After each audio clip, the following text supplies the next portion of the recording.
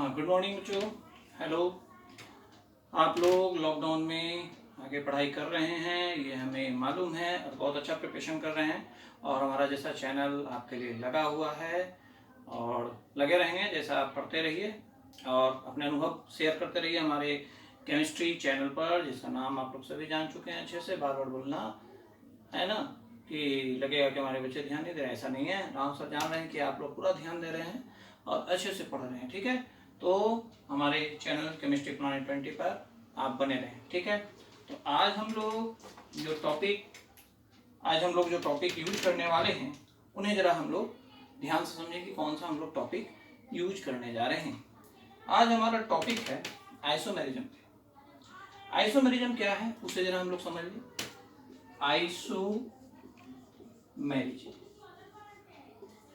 Isomerism को समझ लें हम लोग। मेनली इसके ऊपर न्यूमेरिकल क्वेश्चन करेंगे। चैप्टर में जो आप देख रहे हैं आइसोमेरिज्म जो टॉपिक है, वो टॉपिक आपके लिए बेहद जरूरी है। नीट, जी, मेंस, एडवांस वगैरह सभी में ये क्वेश्चन अधिक से अधिक पूछे जाते हैं, तो आपको इस पर अधिक से अधिक ध्यान देना है। बच्चे नंबर ऑफ आइसोमर्स निकालने में काफ़ी प्रॉब्लम में रहते हैं, तो मैं कोशिश कर रहा हूँ कि आप अधिक से अधिक इस तरह के क्वेश्चंस को बनाएं, प्रैक्टिस करें, तो आपकी ये प्रॉब्लम दूर हो जाएगी। तो आइसोमेरिज्म क्या है आप लोग सभी जानते हैं कि आइसोमेरिज्म एक ऐसी घटना है, एक ऐसी फिनोमिनन है जिसमें एक ही मॉलिक्यूलर फॉर्मूला वाले बहुत सारे यौगिक, एक ही मॉलिक्यूलर फॉर्मूला वाले बहुत सारे ऑर्गेनिक कंपाउंड्स की फिजिकल और केमिकल प्रॉपर्टी बिल्कुल एक दूसरे से डिफरेंट होती है। तो हम कहते हैं, इसका अगर डिफिनेशन आप ले सकते हैं क्या भाई, कि those compounds having similar molecular formula but different physical and chemical. Okay, तो ये आइसोमर्स होते हैं और ये घटना आइसोमेरिज्म है। तो आइसोमेरिज्म के जो टाइप्स होते हैं वो दो होते हैं। पहला तो हम बात करें, फर्स्ट जो होता है उसे हम कहते हैं स्ट्रक्चरल आइसोमेरिज्म, और दूसरी जो होती है उसे हम लोग कहते हैं स्टीरियो आइसोमेरिज्म।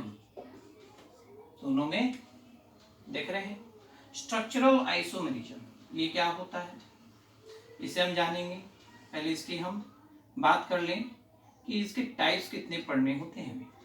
तो स्ट्रक्चरल आइसोमर्स में जो टाइप्स होते हैं, जैसे हम लोग पढ़ते हैं चेन आइसोमेरिज्म, चैन आइसोमेरिज्म, हम पढ़ते हैं पोजीशन आइसोमेरिज्म, हम पढ़ते हैं फंक्शनल आइसोमेरिज्म, हम लोग इसमें पढ़ते हैं मेटामर्स, और पढ़ते हैं फाइनली टाउटोमर्स या टाउटोमेरिज्म।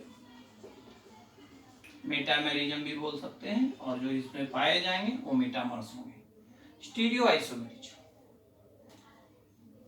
आइसोमेरिज्म में भी हम लोग जो टाइप्स पढ़ते हैं वो मेनली होते हैं दो, लेकिन हम लोग तीन की चर्चा भी करेंगे। कौन कौन है भाई? फर्स्ट हम कहते हैं कॉन्फॉर्मेशनल आइसोमेरिज्म या आइसोमर्स।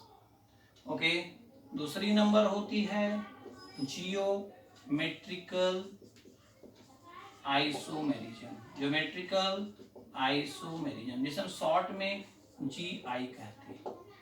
और थर्ड होती है आपकी ऑप्टिकल आइसोमेरिज्म या आइसोमर्स, इसे हम लोग OI कहते हैं शॉर्ट में। ओके, तो अगर किसी क्वेश्चंस में आपके नीट या जेई में क्वेश्चंस जो आते हैं उसमें अगर सिंपली किसी कंपाउंड का मॉलिक्यूलर फॉर्मूला दे दे और आपसे सिर्फ पूछे कि हाउ मेनी आइसोमर्स, तो आपको दोनों निकालने होंगे। स्ट्रक्चरल, अब स्ट्रक्चर में वो ये सारे हो सकते हैं, स्टीरियो में ये तीनों हो सकते हैं।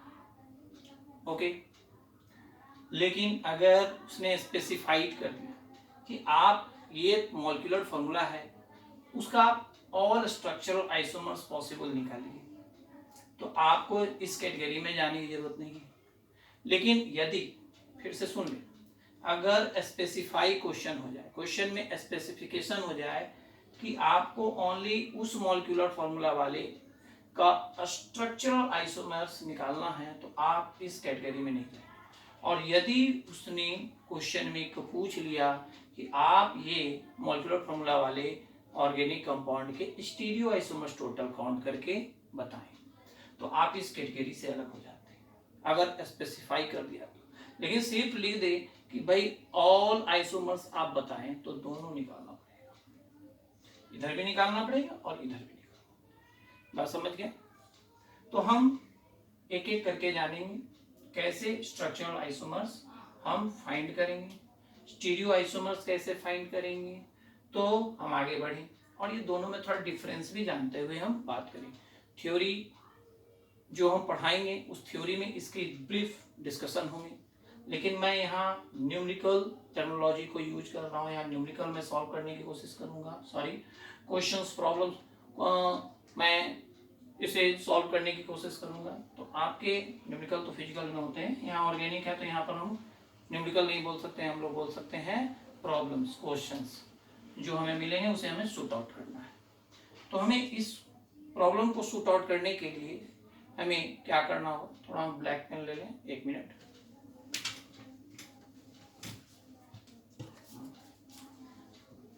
तो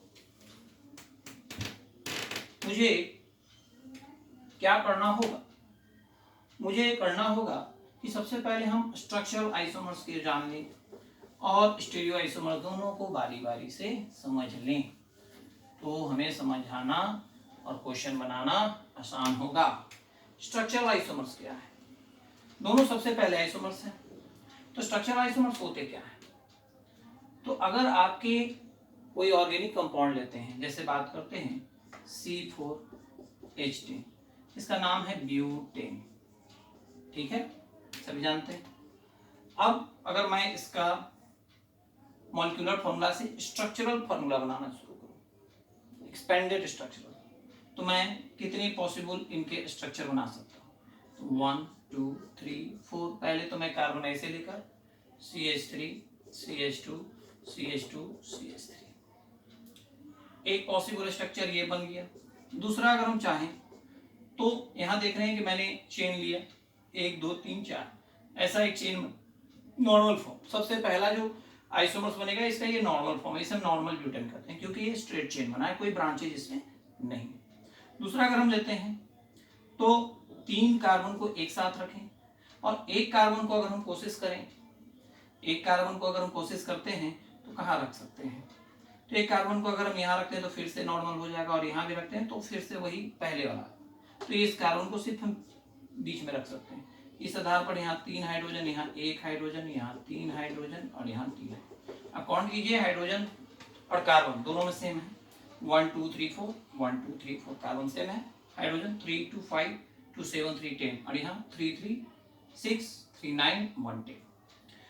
तो दोनों का मॉलिक्यूलर फॉर्मूला C4H10 ही है, पर स्ट्रक्चर अलग है ना। अगर हम नेमिंग करते हैं, अगर IUPAC नेम करते हैं तो आप देख रहे हैं इसे हम ब्यूटेन कहते हैं, लेकिन इसे हम ब्यूटेन नहीं कहते हैं। IUPAC नेम में हम जानते हैं इधर से काउंट करेंगे 1 2 2 पे मिथाइल है, और इधर से भी काउंट करेंगे लेफ्ट से भी तो 2 पर है, तो इसका नाम होता है 2 मिथाइल, और चेन है 1 2 3, तो दैट मीन्स प्रोपेन। तो देखिए दोनों के नाम में चेंजिंग आ गया, मतलब दोनों अलग अलग कंपाउंड है। अगर दोनों अलग कंपाउंड है तो दोनों के फिजिकल और केमिकल प्रॉपर्टी सेम होगी नहीं, लेकिन दोनों का मॉलिक्यूलर फॉर्मूला देखें तो ये सेम है। तो इस तरह से ब्यूटेन के 2 स्ट्रक्चरल आइसोमर्स आपको देखने को मिल रहे हैं, ठीक है। स्ट्रक्चरल आइसोमर्स का मतलब आपको समझ में आ गया होगा कि वैसे आपके ऑर्गेनिक कंपाउंड्स जिनके मॉलिक्यूलर फॉर्मूला सेम हो तो आइसोमर्स है तो सेम होंगे, और स्ट्रक्चरल फार्मूला है ना, स्केलेटल, एक्सपेंडेड, किसी भी तरह का स्ट्रक्चर फार्मूला इनके डिफरेंट हो, उन्हें हम क्या करते हैं? उन्हें कहते हैं स्ट्रक्चर्स। और इनमें और क्या चीज आप सब देख सकते हैं, और कौन सी चीजों को आप ध्यान से देख सकते हैं? तो और वो कौन सी चीजें हैं जो आप ध्यान से देख सकते हैं? तो वो चीजें हैं इनके, देखिए IUPAC नेम डिफरेंट है ना, इनके IUPAC नेम डिफरेंट हैं, इनके जो वर्ड रूट है, यहाँ प्रोप है, यहाँ ब्यूट है, वो डिफरेंट है ना। और क्या डिफरेंट है, अगर हम कॉमन नेम करें तो इन्हें नॉर्मल ब्यूटेन कहेंगे और इसे आइसोब्यूटेन कहेंगे। इसे क्या कहेंगे, नॉर्मल ब्यूटेन, ऐसे आइसोब्यूटेन। तो आपके क्या है, आपके यहाँ पर क्या डिफरेंट आ रहे हैं, यहाँ पे आइसो और नॉर्मल के कारण इनके कॉमन नेम भी डिफरेंट आ रहे हैं। तो आपके स्ट्रक्चरल आइसोमर्स में क्या क्या आपके डिफरेंट आ रहे हैं, सिर्फ सिमिलर है मॉलिक्यूलर फॉर्मूला, क्योंकि आइसोमर्स आपको कहता है कि मॉलिक्यूलर फॉर्मूला सेम होना चाहिए। स्ट्रक्चर आइसोमर्स कहता है जो इसका टाइप है, चाहे ये टाइप में है स्टीरियो में चाहे स्ट्रक्चर में, दोनों का मतलब हुआ कि मॉलिक्यूलर फॉर्मूला सेम होना चाहिए। ये कहता है कि मॉलिक्यूलर फॉर्मूला सेम हो, लेकिन कंडीशन क्या ये रख रहा है कि स्ट्रक्चरल फॉर्मूला इज डिफरेंट, पहला बात। दूसरा, वर्ड रूट चेंज। तीसरा आप देख रहे हैं IUPAC नेम डिफरेंट।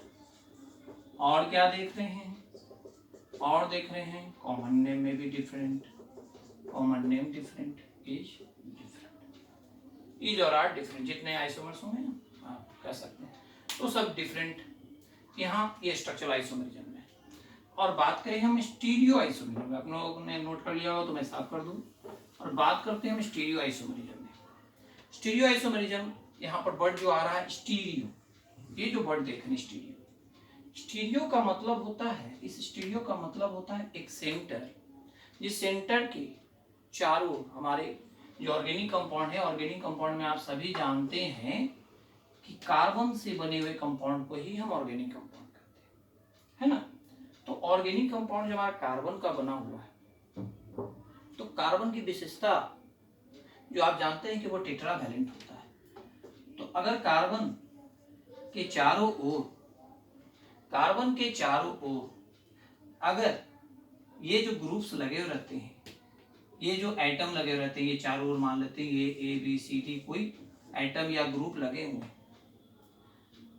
है ना, मॉलिक्यूलर फॉर्मूला तो सेम रहेंगे, पर ये जो ग्रुप का जो कॉन्फ़िगरेशन है, ये इस सेंटर के अधिक, स्टीरियो का मतलब यहाँ होता है सेंटर, समझे।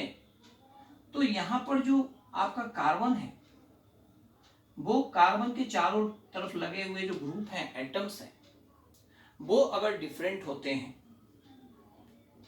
उनका जो अरेंजमेंट है, ये जो एटम देख रहे हैं जो ABCD, अगर हम दूसरा ले लें, यहाँ पर एक ऐसा ही ले लेंगे, ये सब सेम रहेंगे, ये सब सेम रहेंगे, यहाँ भी सेम है, सब सेम रहेंगे क्योंकि मॉलिक्यूलर फॉर्मूला सेम है। तो लेकिन जो ये एटम और ग्रुप लगे हुए हैं, A इनमें भी है, B इसमें भी है, C इसमें भी है, D इसमें भी, इनका जो 3D अरेंजमेंट है, 3 डायमेंशनल अरेंजमेंट, बहुत डिफरेंट है। अगर 3 डायमेंशनल अरेंजमेंट डिफरेंट है तो उन्हें हम स्टीरियो आइसोमरिज्म कहते हैं। जैसे अगर एग्जांपल लें तो इसके लिए हमें सबसे पहले जानना होगा इनके 2 ही टाइप होते हैं, ऐसे 3 टाइप होते हैं, कन्फर्मेशनल में भी होते हैं, और उसे यहाँ पे अभी हमें नहीं पढ़ना है, ठीक है।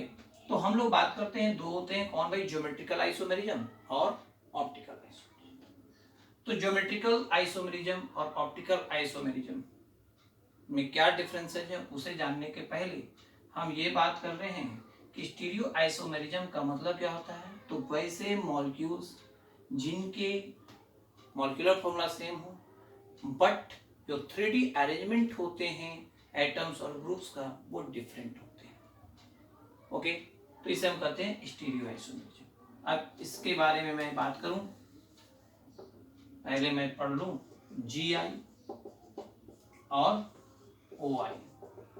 GI means geometrical isomerism, OI means optical isomerism. अब GI का मतलब क्या होता है उसे भी समझते जाए। GI ज्योमेट्रिकल आइसोमेरिज्म वहां उपस्थित होता है जहां पर पाई बॉन्ड रोटेशन रिस्ट्रिक्टेड होता है।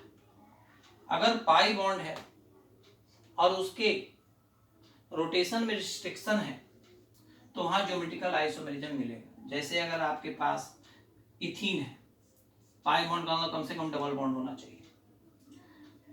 तो डबल बॉन्ड हुआ, और ये कार्बन और ये कार्बन जो देख रहे हैं डबल बॉन्डेड है, इनके बाकी बचे हुए 2 बॉन्ड हैं। यहाँ पे ए ग्रुप है, यहाँ बी है। और अगर इनसे ही सबसे पहले 2 बातें जान लें कि डबल बॉन्ड होने के कारण जो यहाँ पाई बॉन्ड है, मान लेते हैं ये सिग्मा है, ये पाई बॉन्ड है, तो ये पाई बॉन्ड इस सिग्मा बॉन्ड के कारण रिस्ट्रिक्टेड है, ये मूव नहीं करेगा।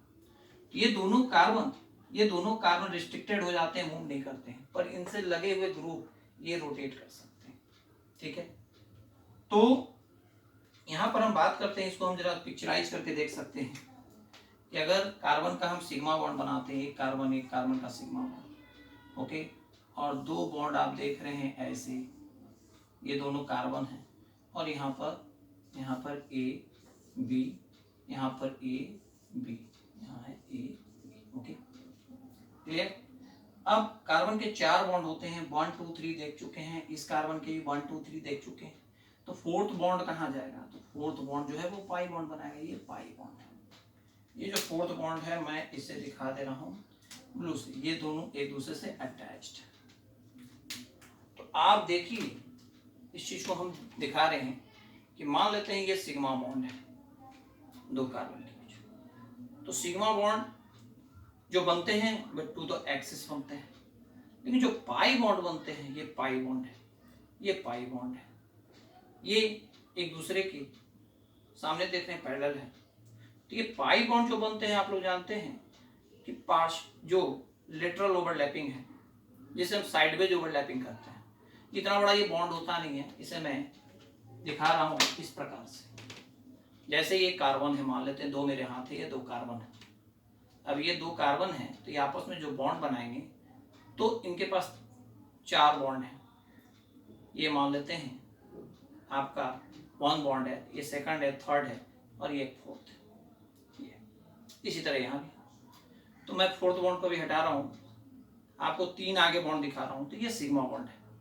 ये सिग्मा बॉन्ड जब आ रहे हैं तो ये देखिए कि इस बॉन्ड बहुत अंदर तक आता है, इतना बड़ा नहीं होता है, ये काफ़ी अंदर हो जाते हैं।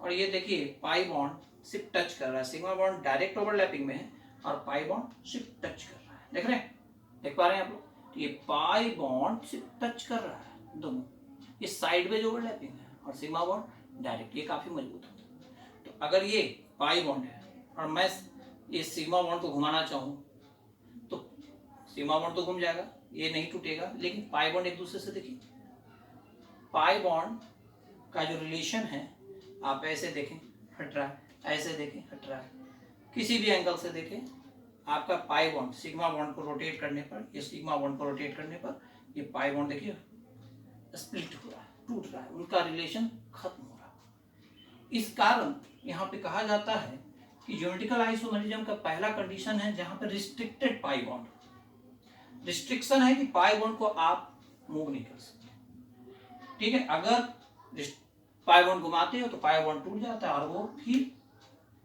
जो कंपाउंड है वो रह नहीं पाता, उसका वो अस्तित्व नहीं रह पाता है। तो हम आगे जो बात करें उसको जरा ध्यान से समझें। आगे की बात यह है कि ये जो मैंने फिगर दिया, इस फिगर में पहला कंडीशन हमने दिखाया कि रोटेशनल कंडीशन जो है वो संभव नहीं है। दूसरी बात कि जो आपके 2 कार्बन है, दोनों में जो पाई बॉन्ड है, उस पाई बॉन्ड के अलोंग, दोनों पाई बॉन्ड के अलोंग इस कार्बन के पास एक ऐसा एटम या ग्रुप हो जो उस दूसरे कार्बन के पास हो, जिसे हम कहते हैं कि दोनों के पास एक सेम ग्रुप या एटम होना चाहिए, तब ज्योमेट्रिकल आइसोमेरिज्म पाया जाएगा। तो इसमें 2 प्रकार के ज्योमेट्रिकल आइसोमेरिज्म होते हैं। अगर सेम ग्रुप एक दूसरे के पैरेलल दिख रहे हैं तो इसे हम सिस कहते हैं, और अगर यही ग्रुप मान लेते हैं यहाँ डबल बॉन्ड कार्बन है और मैं यही ग्रुप ए को ए के ऑपोजिट और बी को बी के ऑपोजिट ऐसे डायगोनली रखता हूं तो एक दूसरे से काफी डिस्टेंस में होते हैं। यहाँ पे डिस्टेंस ए का काफी दूर है, जबकि यहाँ डिस्टेंस नजदीक है। तो जो पैरेलल दिख रहे हैं और यहाँ डायगोनली दिख रहे हैं तो पैरेलल को हम सिस कहते हैं, सिस ज्योमेट्रिकल आइसोमर्स, और इसे कहते हैं हम लोग ट्रांस। तो इस तरह से ये जो सेंटर आप कार्बन जो देख रहे हैं दोनों पाई बॉन्ड के अलोंग, इन्हें ज्योमेट्रिकल सेंटर कहते हैं।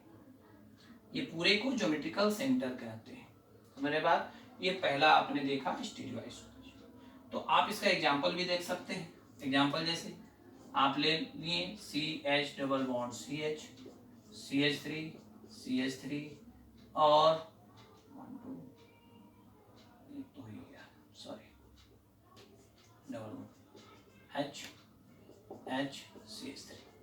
अब देखिए ये C सही है ट्रांस, तो देख रहे हैं सेम ग्रुप सेम एटम जो डायगोनली है। एंड अगर हम ले लें इसी का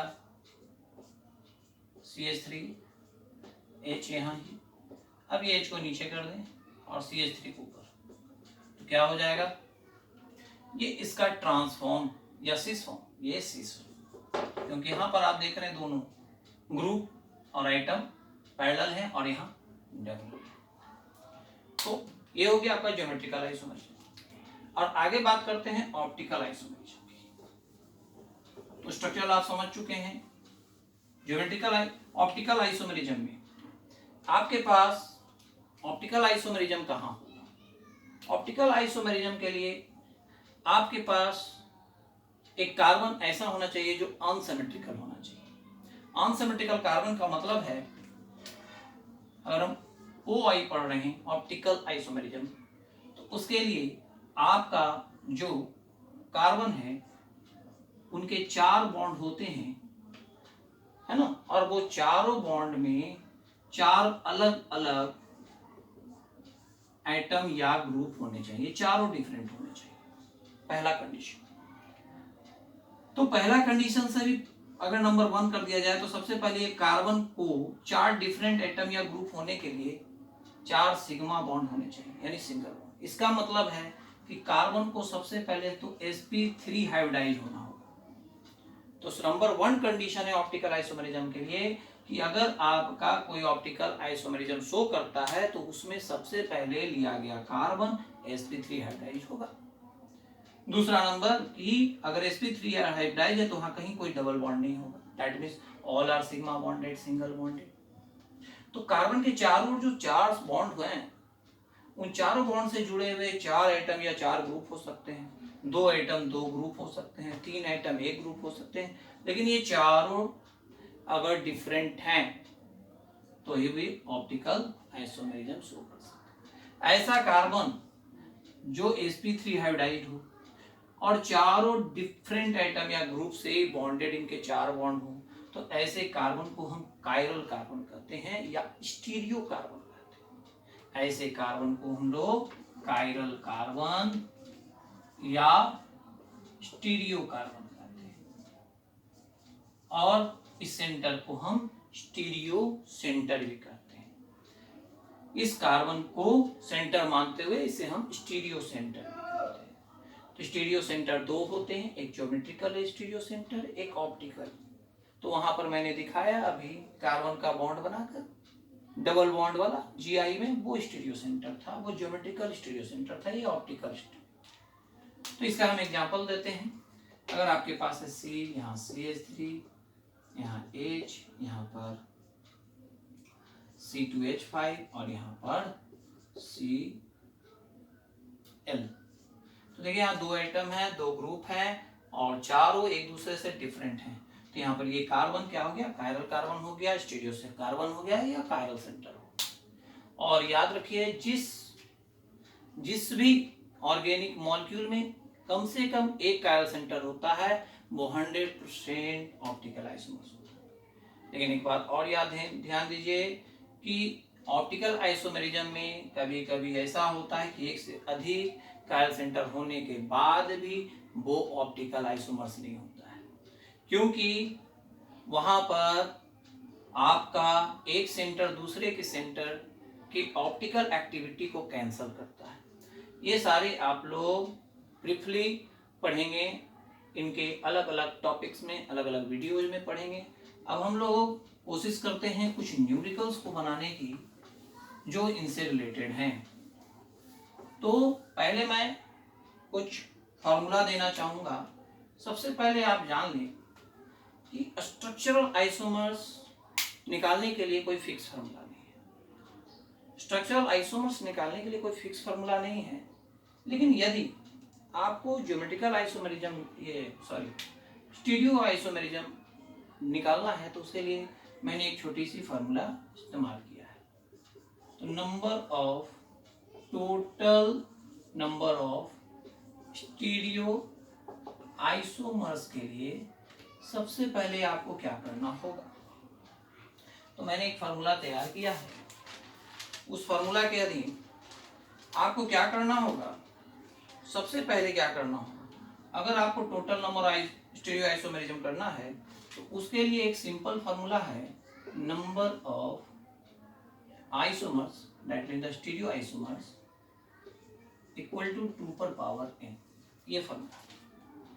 ठीक है, तो सबसे पहले, और ये फार्मूला किसके लिए मैंने लिया है, तो फॉर अनसिमेट्रिकल के लिए।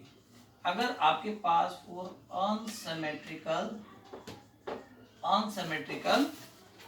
मॉलिक्यूल के लिए, मतलब समझ लीजिए, अब इस फार्मूला से हम लोग एग्जांपल लेते हैं। फॉर अनसिमेट्रिकल मॉलिक्यूल के लिए, अनसिमेट्रिकल का मतलब क्या, जैसे अगर हम पहले बात कर लें, एक ले लेते हैं अनसिमेट्रिकल मॉलिक्यूल, मतलब CH3 CH double bond CH2। अब यहाँ सबसे पहले आपको देखना है स्टीरियो सेंटर दिख रहा है। ठीक है, अब यहाँ पे स्टीरियो सेंटर दिख रहा है, तो आप यहाँ देख रहे हैं कि अनसिमेट्रिकल है। सबसे पहले आप इसको चेक कर लें, पहले फार्मूला पे ना जाएं, सब काम फार्मूला से नहीं होता है। सबसे पहले चेक कर लें कि ये इसमें आइडेंटिकल ग्रुप या एटम है या नहीं। आइडेंटिकल का मतलब इस डबल बॉन्ड के इर्द गिर्द आपके पास जो आइडेंटिकल ग्रुप है दोनों कार्बन के पास है या नहीं। तो सबसे पहले हम बनाते हैं C डबल बॉन्ड C, इनके 2 H हैं इसे, और यहाँ पर अगर बात करें तो H और CH3 है। तो आप देख रहे हैं यहाँ पे 2 आइडेंटिकल ग्रुप, एक आइडेंटिकल ग्रुप H और H है। ठीक है, तो यहाँ पर आप देख रहे हैं कि ये H एक पैरेलल भी है, एक H पैरेलल डायगोनली भी है। अगर हम इसे थोड़ा घुमाने की कोशिश करें, इसे घुमाने से कोई फर्क नहीं पड़ेगा, दोनों सेम है। इसे घुमाने की कोशिश करें, ऊपर से चेंज करें, तो CH3 ऊपर होगा, नीचे H, ऊपर H, नीचे H। यहाँ भी पैरेलल H मिल रहा है, डायगोनली भी मिल रहा है। इस कारण ये दोनों एक ही कंपाउंड है और इस तरह से ये स्टीरियो आइसोमेरिज्म नहीं शो कर रहे हैं। ठीक है, तो ये स्टीरियो आइसोमेरिज्म शो नहीं करेंगे। क्यों नहीं करेंगे, क्योंकि यहाँ आइडेंटिकल ग्रुप जो है क्या है, दोनों में सेम होते हुए भी एक में अधिक है। ठीक है, अगला बात करते हैं CH3 CH2 CH double bond CH CH3। अब हम यहाँ देखें कि ये आपका सिमेट्रिकल है या नहीं है। सबसे पहले हम देखें यहाँ और यहाँ से मिला है, सेम है यहाँ। फिर देखिए यहाँ से यहाँ देखिए बॉन्ड क्या है, दोनों सिंगल बॉन्ड है, सेम है। फिर यहाँ CH2 और यहाँ क्या है, यहाँ लेफ्ट से बढ़ना है आपको, इधर राइट से बढ़ना है। तो लेफ्ट और राइट से आप मिलाते जाइए दोनों तरफ। इधर मिथाइल है, ठीक है, राइट से लेफ्ट की ओर जाइए, लेफ्ट से राइट की ओर। यहाँ CH2 और यहाँ CH दोनों डिफरेंट है, दैट मीन अनसिमेट्रिकल। ठीक है, या डबल बॉन्ड के इर्द गिर्द भी आप देख सकते हैं कि अनसिमेट्रिकल है कि नहीं। देखिए डबल बॉन्ड के इधर 3 कार्बन आ रहे हैं, उधर 2 आ रहे हैं। तो कई तरीके आप सिमेट्रिकल और अनसिमेट्रिकल चेक करने। अब अनसिमेट्रिकल है तो आप पहले देख लें कि इसमें, आप सबसे पहले देख लें कि इसमें आपका जो स्टीरियो सेंटर ये दोनों बन रहा है।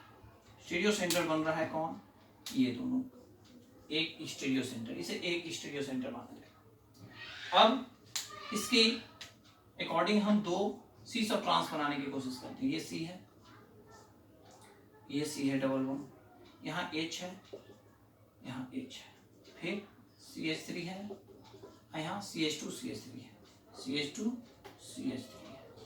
ओके, अब देखें दूसरा हम ऐसे भी बना सकते हैं।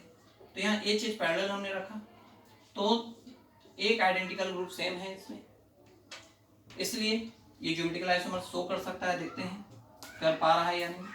तो ये H मैंने यहाँ लिखा, ये जहाँ है वहीं लिखा CH3 CH2, और इस H को नीचे करूँगा और ये CH3 को ऊपर करूँगा। तो ये आपके पास दो मिल रहे हैं, ये सिस हो गए और ये ट्रांस हो गए। तो आप फॉर्मूला से अभी इसको बना के देख सकते हैं। यहाँ पे दो आप आइसोमर्स देख रहे हैं, यहाँ पर GI है, ज्योमेट्रिकल आइसोमर्स हो रहा है, ऑप्टिकल ये शो नहीं करेगा। जो ऑप्टिकल शो करता है वो ज्योमेट्रिकल नहीं, जो ज्योमेट्रिकल शो करते हैं वो ऑप्टिकल है।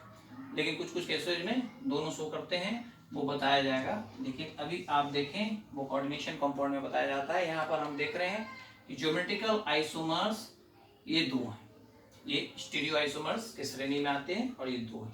फॉर्मूला से देखिए, नंबर ऑफ आइसोमर्स के लिए यहाँ जो n लगा हुआ है, ये n का मतलब होता है number of stereo centre. Stereo centre, तो स्टीरियो सेंटर कौन होता है? या तो डबल बॉन्डेड जो कार्बन है, अगर एक डबल बॉन्ड है तो एक स्टीरियो सेंटर, दो डबल बॉन्ड होंगे दो स्टीरियो सेंटर। तो यहाँ पे स्टीरियो सेंटर देख रहे हैं 1 है, तो आप फॉर्मूला आपको यूज करें 2 पर पावर n, n का मतलब 2 पर पावर 1 इक्वल टू 2, दो आप देख रहे हैं। तो आपके पास स्टीरियो आइसोमर्स की संख्या कितनी है? 2 आई। अगर हम बात करते हैं और अनसिमेट्रिकल लेते हैं, और अगला एग्जांपल आप समझ चुके होंगे, और एग्जांपल देखते हैं हम लोग, और एग्जांपल देख लेते हैं। ये अनसिमेट्रिकल मॉलिक्यूल के लिए है, सिर्फ एक फार्मूला होता है अनसिमेट्रिकल के लिए। अगर आपके पास CH3 CH double bond CH CH double bond CH CH3, अब ये सिमेट्रिकल या अनसिमेट्रिकल पहले देख लें। 1 2 3 4 5 6 है, इधर CH3 CH3 CH CH है ना, CH CH सिमेट्रिकल है। तो इसे अनसिमेट्रिकल बनाने के लिए हमें क्या करना होगा? ये आप देखिए CH3 CH है, CH2 है, यहाँ CH है, अनसिमेट्रिकल हो गया। अब अनसिमेट्रिकल यहाँ देखिए कि आपके पास कितने स्टीरियो सेंटर हैं? 2 हैं, 2 हैं तो 2 पर पावर 2 इक्वल टू 4, समझ रहे हैं? 2 पर power 2 equal to 4, that means यहाँ पे 4 ज्योमेट्रिकल आइसोमेरिज्म शो होंगे।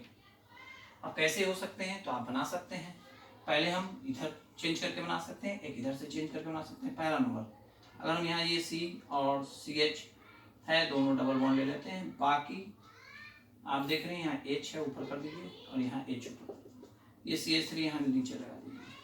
और ये जो इस CH के बाद जो आप इस CH जो CH हो गया, उसके बाद जो बाकी बचा वो नीचे कर दीजिए, CH डबल बॉन्ड CH, है ना। यहाँ पर भी आप कर सकते हैं, इसके अकॉर्डिंग आप कर सकते हैं CH double bond CH CH2 CH3। अब इन्हें आप सिस ट्रांस बना सकते हैं, तो 2 हो जाएंगे इनसे।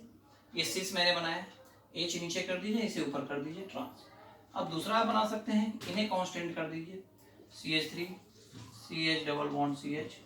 अब इस CH में इस H को ऊपर कीजिए, ये डबल बॉन्ड कीजिए C, इस H को ऊपर कीजिए, और ये जो बचा CH2 CH3 यहाँ लगाइए। अब इसे आप सिंस मैंने बनाया, इसे आप ऐसे नीचे लिख सकते हैं, ऐसे करके CH3 CH double bond CH। अब इसे आप ट्रांस बना सकते हैं, तो ये 2 यहाँ हो गए, 2 यहाँ हो गए, टोटल कितने हो गए? 4। फॉर्मूला भी हमारा क्या बता रहा है? 4। ओके, तो हमारे पास समझ में आ रहा होगा कैसे मैंने किया।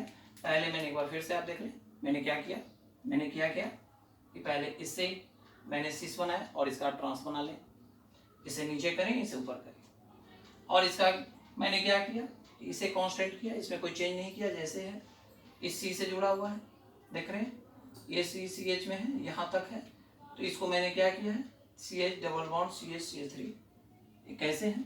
और एक आप यहाँ देख लीजिए, क्या है भाई, इस C के साथ H है, यहाँ डबल बॉन्ड है, इस C के साथ H है, और ये CH2 CH3 नीचे।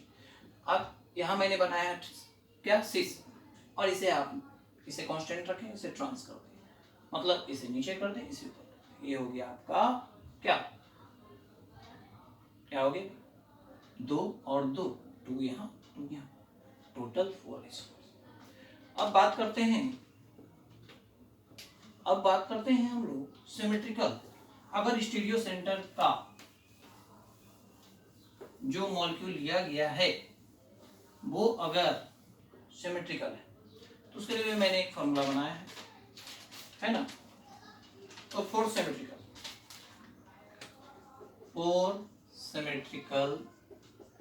Molecule, symmetrical molecules. अब सिमेट्रिकल मॉलिक्यूल्स के लिए सबसे बड़ी बात है कि दो तरह के आपके पास आएंगे, दो तरह के आपके पास एन आएंगे, एन की वैल्यू जो एन होंगे वो इवन स्टीरियो सेंटर होंगे। पहले तो होंगे इवन स्टीरियो सेंटर और दूसरा क्या आएंगे odd, odd stereo centre, stereo centre.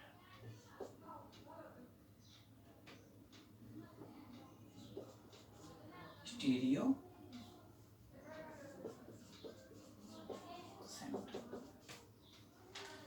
Even stereo centre और odd stereo centre. Okay clear.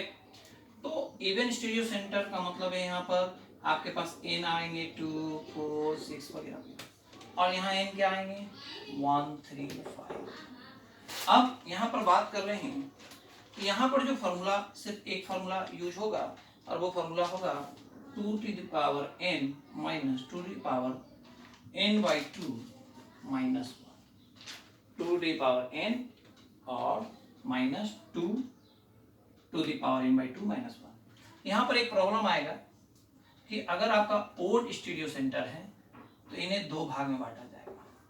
दो भाग में क्या बांटा जाएगा कि ओड स्टीरियो सेंटर है तो स्टीरियो सेंटर ओड है, 1 है तो कोई प्रॉब्लम नहीं, लेकिन 3 5 7 है तो यहाँ पर इसके लिए कोई बात नहीं है। लेकिन अगर 3 5 7 है, इसको भी ले सकते हैं यहाँ, 3 5 7 है तो मिडल में कौन आ रहा है, ज्योमेट्रिकल सेंटर आ रहा है या ज्योमेट्रिकल सेंटर आ रहा है या ऑप्टिकल सेंटर आ रहा है।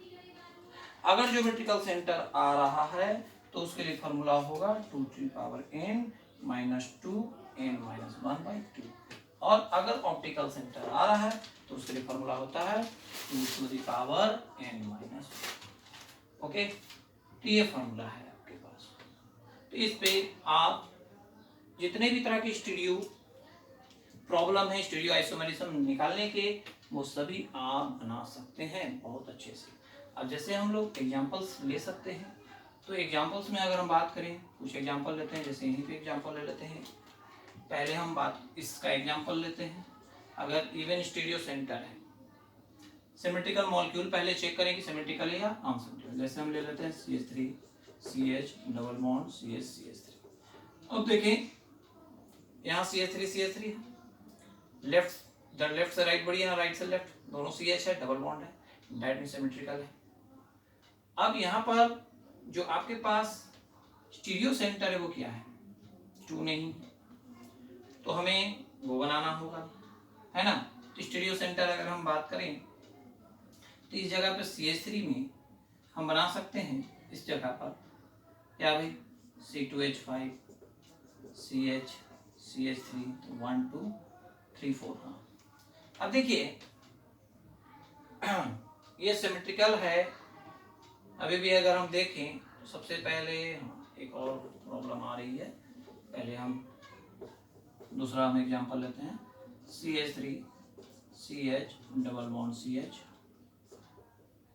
CH double bond CH CH3। अब सिमेट्रिकल है या नहीं देख लें, तो सिमेट्रिकल है, 1 CH3 CH3 CH CH CH CH symmetrical है। और यहाँ पर स्टीरियो सेंटर क्या आ रहा है, एक यहाँ देख रहे हैं स्टीरियो सेंटर, एक यहाँ देख रहे हैं, तो n इक्वल टू क्या आया भाई 2। तो इसके लिए ये फार्मूला है आपके पास, ये यूज कीजिए और इसका टोटल स्टीरियो सेंटर निकाल दीजिए। तो क्या निकालेंगे भाई 2 पर पावर 2 माइनस, देखिए फार्मूला हम यूज कर रहे हैं 2 पर पावर 2 माइनस 2, यहाँ पर क्या है 2/2 माइनस 1, क्या आ जाएगा 2 का पावर 2 का मतलब 4 माइनस 2 जब 2 कैंसिल, 1 माइनस 1 तो 0, दैट मीन 2 पर पावर 0 का मतलब 1 इक्वल टू 3। तो यहाँ पर इसके आइसोमर्स क्या आएंगे 3 आएंगे, समझे। अगर यही अनसिमेट्रिकल होता तो इनके आइसोमर्स 2 पर पावर n यानी 2 पर पावर n का मतलब 2 पावर 2 से आता 4। तो हमेशा याद रखिएगा अगर सिमेट्रिकल और अनसिमेट्रिकल है, अगर सिमेट्रिकल में और अनसिमेट्रिकल में ये फर्क है कि अनसिमेट्रिकल के लिए सिर्फ फॉर्मूला 2 पर पावर n लगता है, क्योंकि अनसिमेट्रिकल सिमेट्रिकल के लिए 2 पर पावर n माइनस 2 पर पावर n बाई 2 माइनस 1 से आप निकाल सकते हैं। अब थोड़ा एग्जांपल उधर देख लें, ठीक है। अगला एग्जांपल हम यहाँ देखें कि अगर आपके पास ऑड स्टीरियो सेंटर है, यानी 1357। तो मिडल में कौन है? मिडल में अगर जो ज्योमेट्रिकल सेंटर है तो फार्मूला ये लगेगा, और अगर ऑप्टिकल है तो फार्मूला वो लगेगा। जैसे अगर हम बात करते हैं CH3 CH double bond CH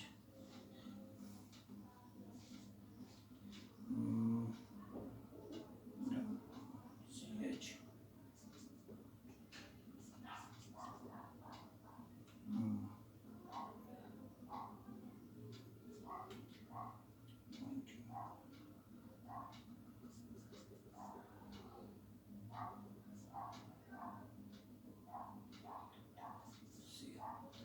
अब यहाँ बात करते हैं, तो यहाँ से अगर हम बात करते हैं, एक और काम करते हैं,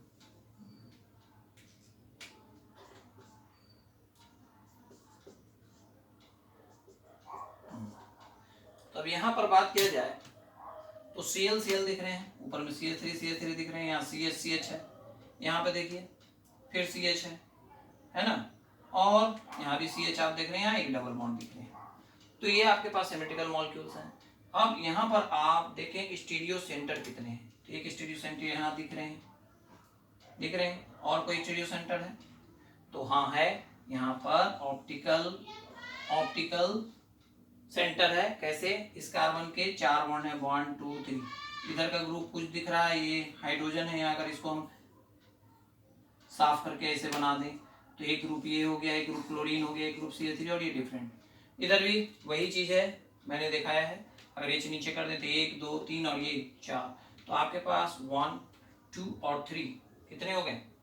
odd stereo centre, n equal to 3 हो गए, और ये सिमेट्रिकल मॉलिक्यूल है।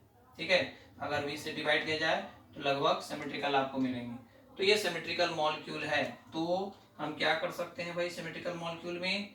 तो सिमेट्रिकल मॉलिक्यूल में हम देखें n इक्वल टू अगर 3 है तो हम फार्मूला लेंगे क्या? बीच में देखेंगे कि कौन है।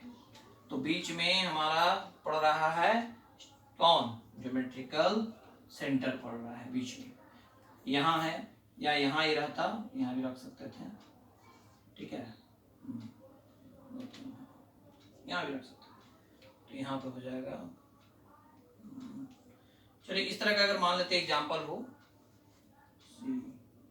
CH, तो CH2 यहाँ हो जाएगा। ठीक है, CH2, इसके हिसाब से एक और बनाना पड़ेगा, इसे और थोड़ा आगे करना होगा तब सिमेट्रिकल हो जाएगा। CH CH2 फिर CH CH3 Cl। अब पूरा सिमेट्रिकल आपको दिख रहा होगा। यहाँ देखिए same group, CH2 same group, CH CH बीच में। तो बीच में आपको कौन मिल रहा है? यहाँ पर एक ऑप्टिकल सेंटर यहाँ है, तो इन और बीच में ये ऑप्टिकल सेंटर कौन आ रहा है? ज्योमेट्रिकल सेंटर आ रहा है। तो फॉर्मूला भी हम आपको बताए थे क्या भाई? तो फॉर्मूला आपको बताए थे, यहाँ पर फॉर्मूला हम लिखेंगे 2 का पावर m माइनस 2 का power n minus 1/2।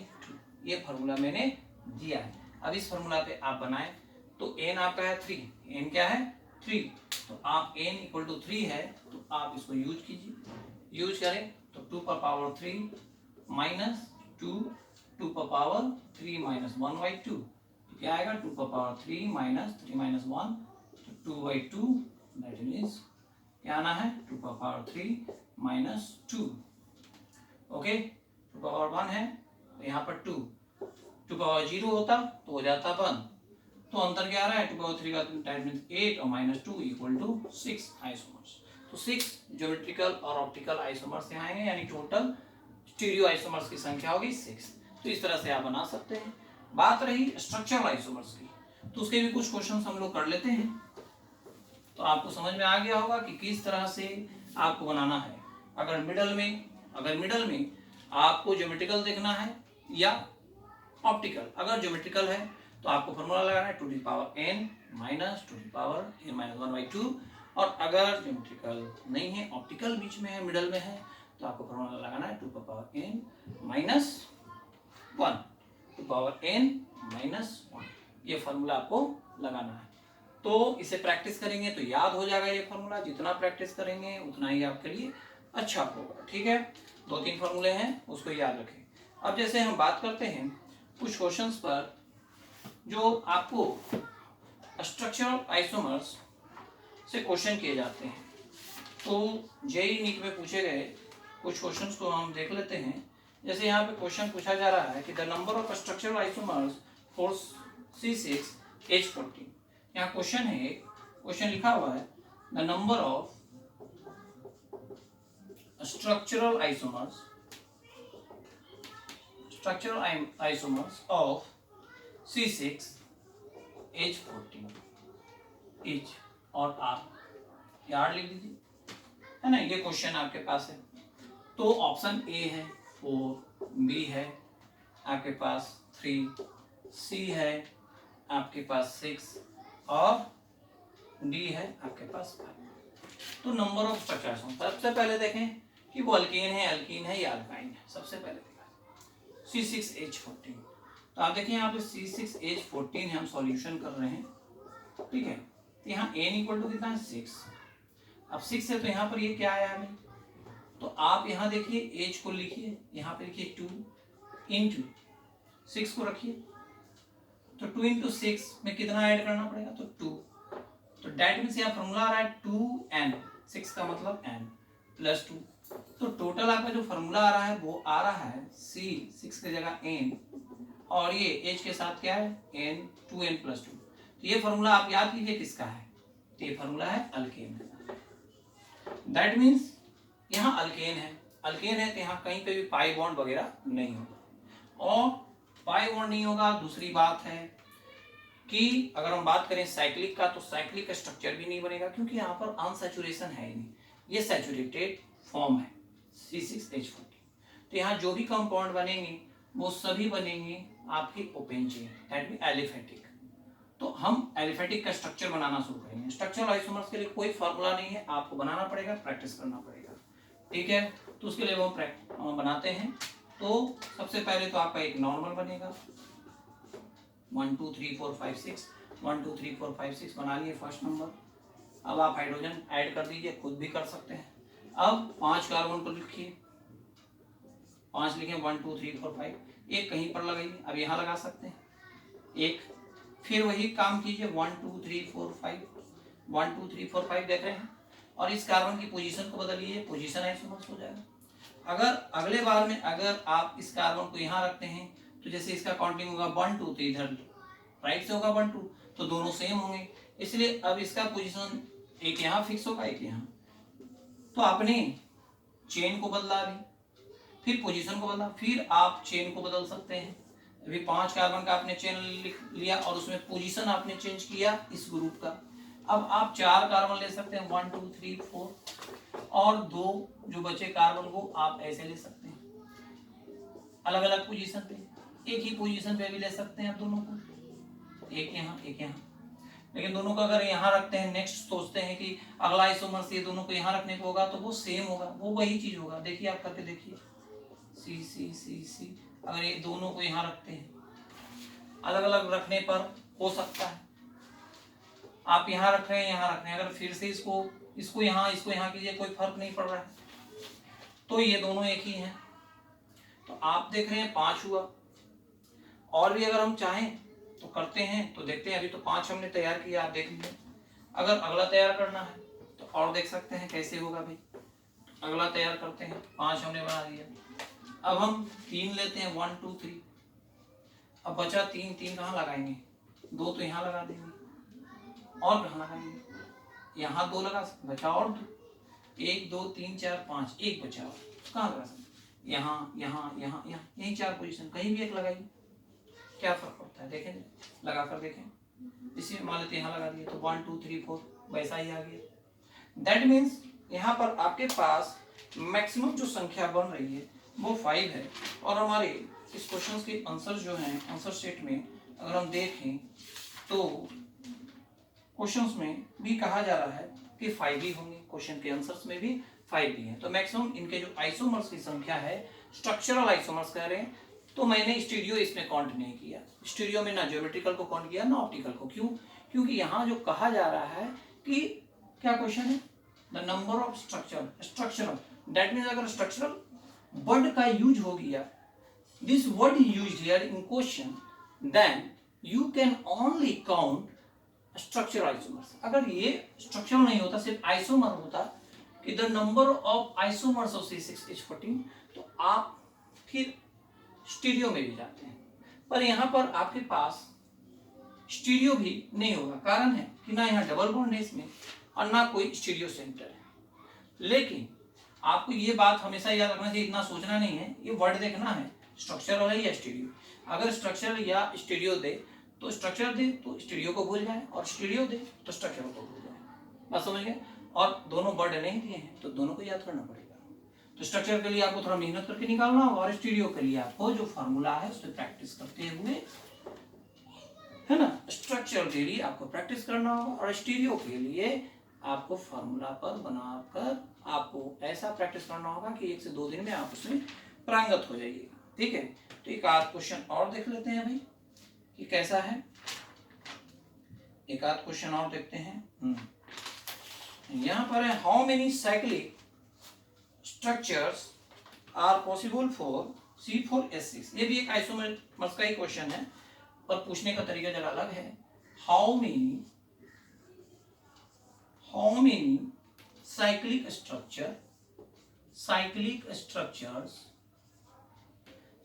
Structure are